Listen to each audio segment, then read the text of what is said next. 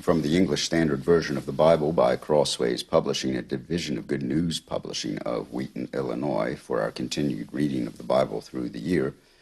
A reading of 1 Chronicles chapters 13 through 15, followed by Psalm 81.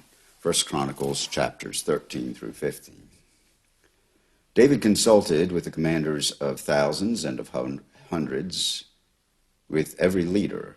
And David said to all the assembly of Israel, "If it seems good to you and from the Lord our God, let us send abroad to our brothers who remain in all the lands of Israel, as well to the priests and Levites in the cities, that we may have pasture lands, that they may be gathered to us.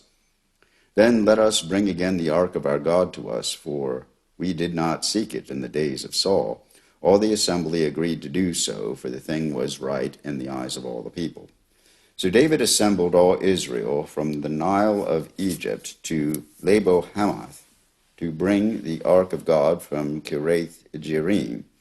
And David and all Israel went to Baalah, that is to Kiriath-Jearim, that belongs to Judah, to bring up from there the ark of God, which is called by the name of the Lord, who sits enthroned above the cherubim. And they carried the ark of God on a new cart from the house of Abinadab, and Uzzah and Ahio were driving the cart. And David and all Israel were celebrating before God with all their might, with songs and lyres and harps and tambourines and cymbals and trumpets. And when they came to the threshing floor of Chidon, Uzzah put out his hand to take hold of the ark, for the oxen stumbled, and the anger of the Lord was kindled against Uzzah, and he struck him down because he put out his hand to the ark, and he died there before God. And David was angry because the Lord had broken out against Uzzah, and the place is called Perez Uzzah to this day. And David was afraid of God that day, and he said, "How can I bring the ark of God home to me?" So David did not take the ark home into the city of David, but took it aside to the house of Obed-Edom the Gittite. And the ark of God remained with the household of Obed-Edom in his house 3 months. And the Lord blessed the house of Obed-Edom and all that he had. And Hiram, king of Tyre, sent messengers to David, and cedar trees also, masons and carpenters, to build a house for him.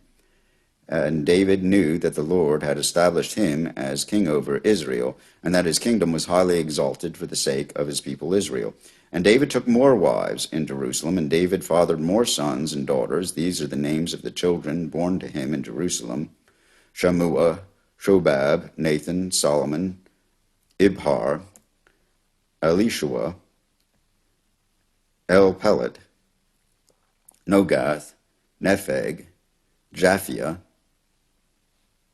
Elishama, Beliada, and Eliphelet.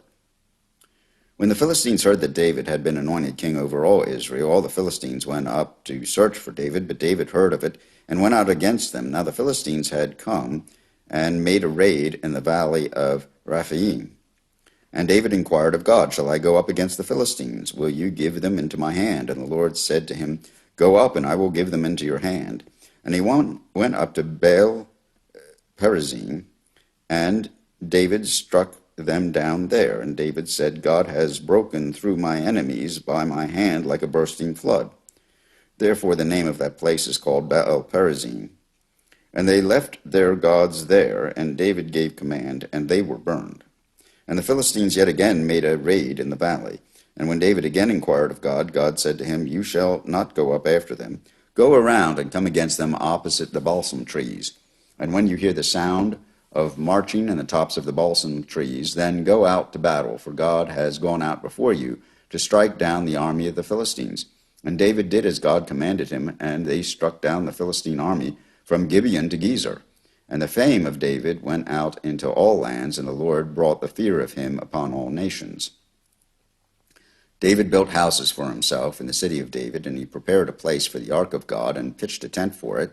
Then David said that no one but the Levites may carry the ark of God, for the Lord had chosen them to carry the ark of the Lord and to minister to him forever. And David assembled all Israel at Jerusalem to bring up the ark of the Lord to its place, which he had prepared for it. And David gathered together the sons of Aaron and the Levites, and the sons of Kohath, Uriel the chief, with 120 of his brothers, and the sons of Merari, Asaiah the chief, with 220 of his brothers, Of the sons of Gershom, Joel the chief, with 130 of his brothers, of the son of Elisaphan, Shemaiah the chief, with 200 of his brothers, of the sons of Hebron, Eliel the chief, with 80 of his brothers, of the sons of Uzziel, Aminadab the chief, with 112 of his brothers. Then David summoned the priests Zadok and Abiathar, and the Levites Uriel, Isaiah, Joel, Shemaiah, Eliel, and Aminadab, and said to them, You are the heads of the fathers' houses of the Levites. Consecrate yourselves, you and your brothers, so that you may bring up the ark of the Lord, the God of Israel, to the place that I have prepared for it. Because you did not carry it the first time, the Lord our God broke out against us, because we did not seek him according to the rule. So the priests and the Levites consecrated themselves to bring up the ark of the Lord, the God of Israel. And the Levites carried the ark of God on their shoulders with poles, as Moses had commanded, according to the word of the Lord. David also commanded the chiefs of the Levites to appoint their brothers as the singers who should play loudly on musical instruments, on harps and lyres and cymbals, to raise shouts of joy. So the Levites appointed Heman, the son of Joel, and of his brothers Asaph, the son of Berechiah, and the sons of Merari, their brothers, Ethan, the son of Cushiah, and with them their brothers of the second order, Zechariah, Jaaziel, Shemiramoth, Yahiel, Uni, Eliab, Benaiah, Maaseiah, Mattithiah, Eliphelehu, and Micniah, and the gatekeepers, Obed-Edom and Yael. The singers, Heman, Asaph, Ethan, were to sound bronze cymbals, Zechariah, Aziel, Shemiramoth, Yael, Uni, Eliab, Maaseiah, and Benaiah were to play harps according to Elamoth. But Mattithiah, Eliphelehu, Micniah, Obed-Edom, Yael, and Azariah were to lead with lyres according to the Sheminith. Chenaniah, leader of the Levites in music, should direct the music, for he understood it. Berechiah and Elkanah were to be gatekeepers for the ark. Shebaniah, Jehoshaphat, Nathanael, Amasai, Zechariah, Benaiah, and Eleazar the priest should blow the trumpets before the ark of God. Obed-Edom and Yahiah were to be gatekeepers for the ark. So David and the elders of Israel and the commanders of thousands went to bring up the ark of the covenant of the Lord from the house of Obed-Edom with rejoicing. And because God helped the Levites who were carrying the ark of the covenant of the Lord, they sacrificed 7 bulls and 7 rams. David was clothed with a robe of fine linen, as also were all the Levites who were carrying the ark, and the singers and the Chenaniah, the leader of the music of the singers, and David wore a linen ephod. So all Israel brought up the ark of the covenant of the Lord with shouting, to the sound of the horn, trumpets, and cymbals, and made loud music on harps and lyres. And as the ark of the covenant of the Lord came to the city of David, Michal, the daughter of Saul, looked out of the window and saw King David dancing and celebrating, and she despised him in her heart. Here ends the reading of 1 Chronicles chapters 13 through 15. Psalm 81.